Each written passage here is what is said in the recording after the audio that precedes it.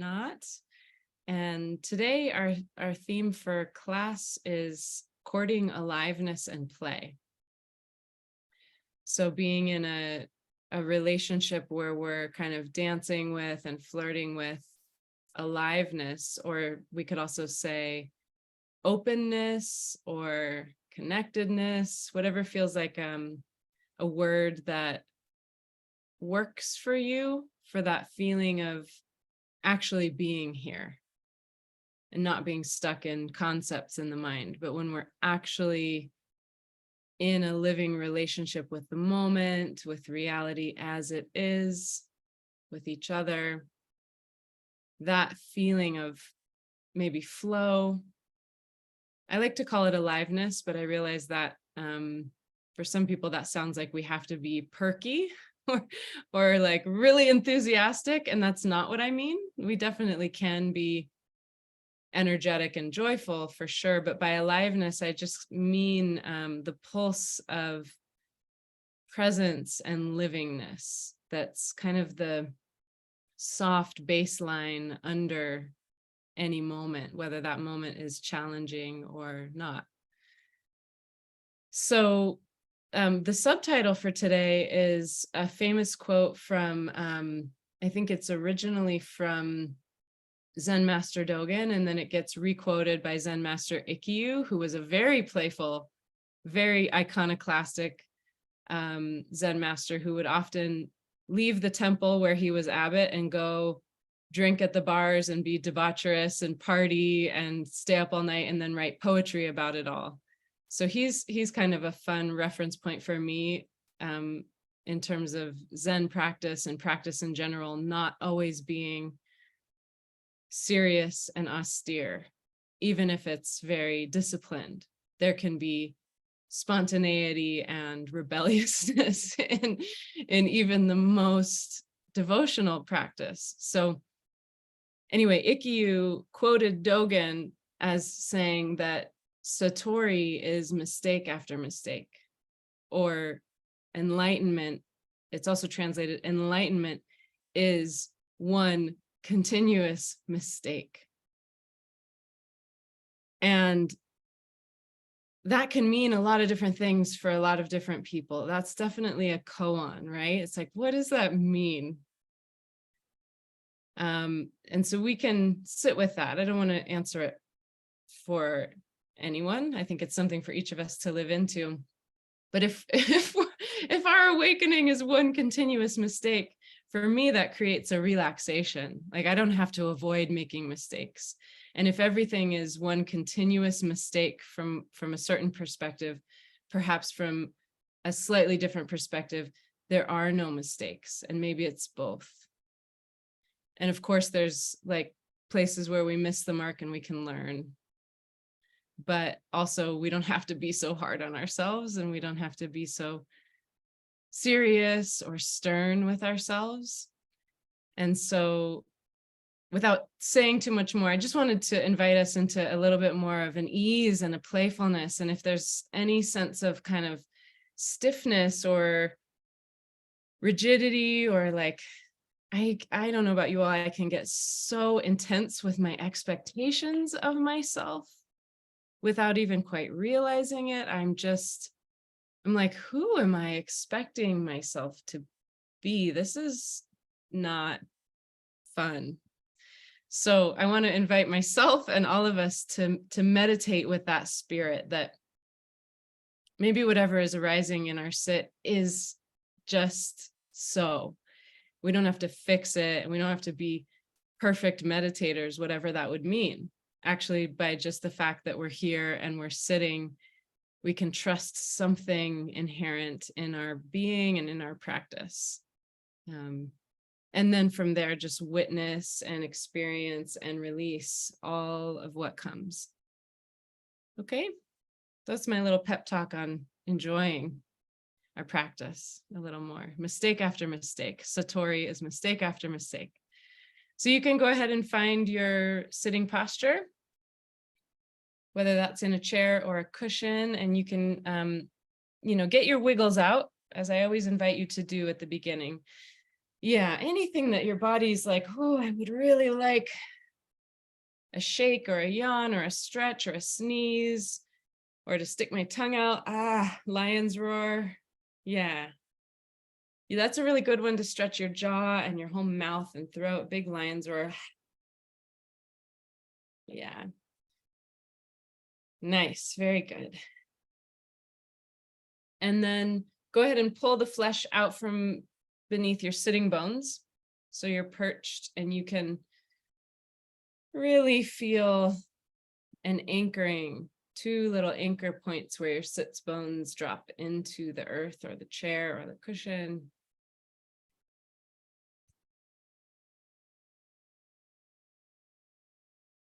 And take any little adjustments that your legs want or need so that they're pretty balanced and comfortable, so that you can be still for the next 20 minutes. And then from that comfortable, symmetrical, stable base of your body, you can close your eyes or soften your gaze and just begin to deepen your inhale. As you deepen your inhale, you can feel your spine just really naturally lengthen upward from the inside, all the way through the center of the crown of the head. And then exhaling, take a little shake, just shake, wiggle, or soften in some way. Unconventional, but we'll do it today. And then another big inhale, lengthening up through the spine, feeling that aspirational rising current up the spine. And then exhale, just a soft little shimmy. Good. Letting go of those rigid expectations. Good. And then settling into a little more stillness and just deepening the breath as feels nice to you in this moment. Just let it be pleasurable and natural.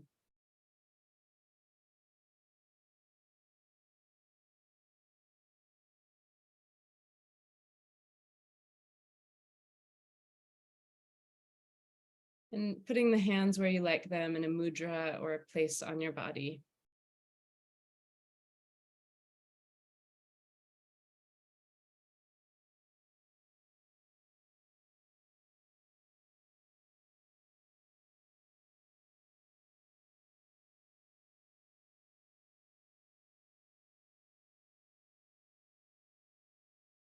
Anytime you find yourself lost on some mental journey that you didn't mean to go on, you can just so gently bring yourself back to the breath.